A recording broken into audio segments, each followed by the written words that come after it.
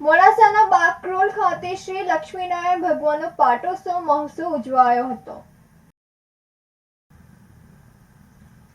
અરવલ્લી જિલ્લાના મોડાસા તાલુકાના બાકરોલના ડુંગરની તળેટીમાં ભગવાન લક્ષ્મીનારાયણનું સુંદર મંદિર આવેલું છે. મોડાસાના બાકરોલ મુકામે લક્ષ્મીનારાયણ ભગવાનનો ભવ્ય પાટોત્સવ ખૂબ જ ધામધૂમપૂર્વક ઉજવણી કરવામાં આવી હતી. શ્રી વાઘેશ્વર માતાજીની તેમજ શ્રીજી બાવાની અસીમ કૃપાથી મહાદેવ ગામના સમસ્ત ગ્રામજનોના સાથ સહકારથી આ પાટોત્સવ મહોત્સવની ઉજવણી તારીખ 8/12/2024 રવિવારે યોજાયો હતો. આ પાટોત્સવના મુખ્ય આચાર્ય શ્રી અશ્વિનભાઈ પંડ્યા તથા તેમજ મુખ્ય યજમાન શ્રી સ્નેહલ કુમાર જગદીશભાઈ સોની હતા. આ પાટોત્સવના મેનેજમેન્ટ જીતેન્દ્રભાઈ સોની દ્વારા કરવામાં આવ્યું હતું અને આ પાટોત્સવના કથાકાર પરમ પૂજ્ય પરમેશ્વરી દીદી ખાસ ઉપસ્થિત રહ્યા હતા.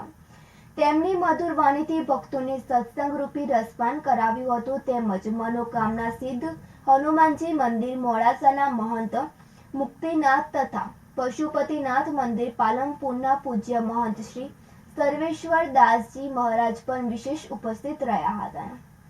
ખૂબ જ મોટી સંખ્યામાં ભાવિ ભક્તોનું ઘોડાપુર ઉમટ્યું હતું, જેમણે ભગવાન લક્ષ્મીનારાયણના મંદિર તથા આજુબાજુના નયનરમ્ય કુદરતી સૌંદર્ય જોઈને ધન્યતા અનુભવી હતી. આ પાટોત્સવમાં ખૂબ મોટી સંખ્યામાં ભક્તોએ મહાપ્રસાદનો લાભ લીધો હતો. ભરત કડિયા સાથે તનિષા પરમાર, સિટી ન્યૂઝ, મોડાસા.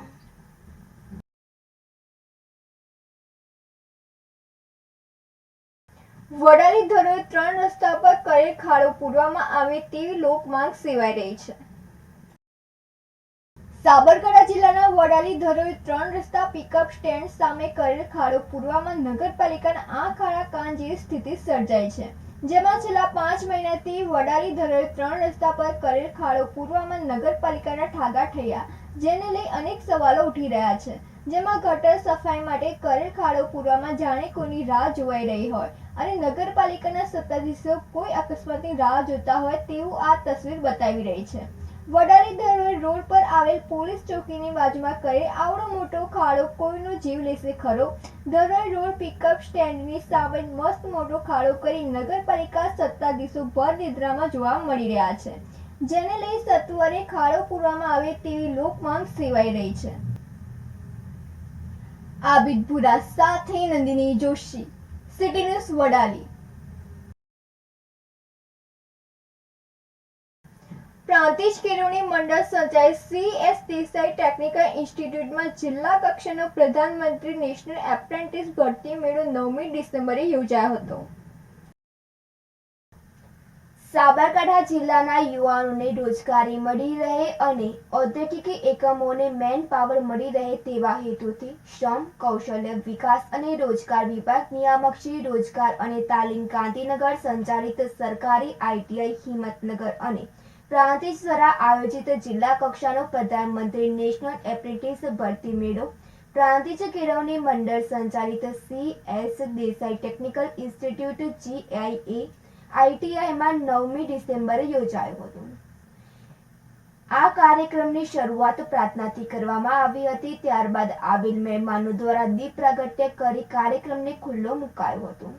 આવેલ મહેમાનોનું ITIના પ્રિન્સિપાલ હેમંતભાઈ પટેલ સાપ્તાહિક સ્વાગત કર્યું હતું અને ત્યારબાદ આવેલ મહેમાનોને પુષ્પગુચ્છ આપી સ્વાગત કરવામાં આવ્યું હતું. આ ભરતી મેળામાં સાબરકાંઠા જિલ્લા અને ખાસ કરીને પ્રાંતિજ તલોદના ઉપરાંત અમદાવાદ, ગાંધીનગર, સાણંદ વગેરે વિસ્તારના પ્રતિષ્ઠિત 12 જેટલા ઔદ્યોગિક એકમોમાંથી પ્રતિનિધિઓ ઉપસ્થિત રહ્યા હતા, જેમને પોતાની જરૂરિયાત અને લાયકાત મુજબ 88 ઉમેદવારોની પ્રાથમિક પસંદગી કરવામાં આવી હતી.